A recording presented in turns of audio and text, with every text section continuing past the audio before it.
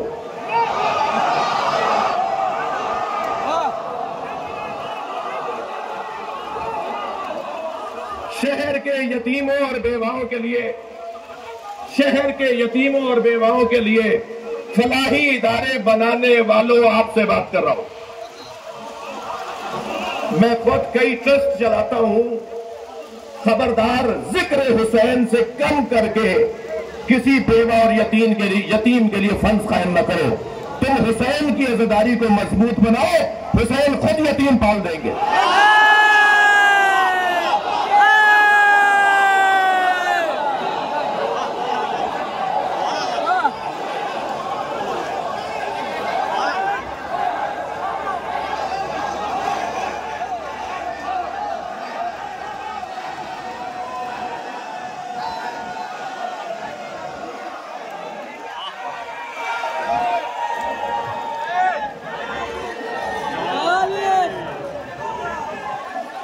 جتنا ہے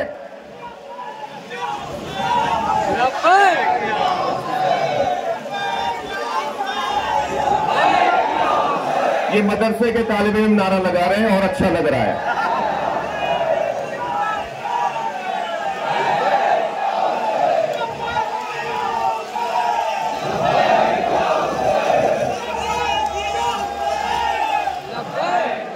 اچھا، ایک ہم آواز ہو کے صرف 5 مرتبہ کہہ دیجئے، لبیک یا حسین۔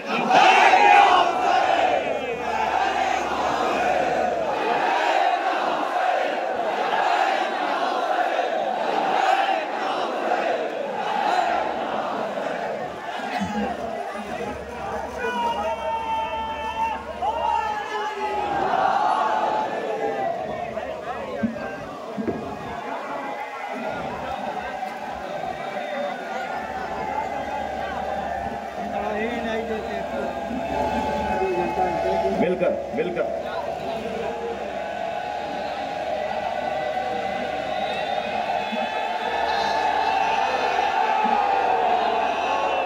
یہ کوئی ہنر نہیں ہے کہ مجلس کی نیاز بنائی پکائی خود کھا لی۔ انہیں نیاز کھلائیے جو نیاز کھانے کو بدعت کہتے ہیں۔ اگر واپس کر دے تو ناراض نہ ہو، دوبارہ بھیجیے۔ اگر واپس کر دے تو خفا نہ ہو، دوبارہ بھیجیے۔ میں منبر پر بیٹھ کر قسم کھا کے کہہ سکتا ہوں، چوتھی مرتبہ ان کی طرف سے نیاز آئے گی کہ ہم بھی شیعہ ہو گئے۔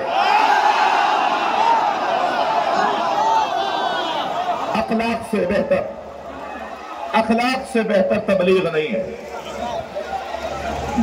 اور بر صغیر کا علمی ادبی ازائی ولائی مرکز.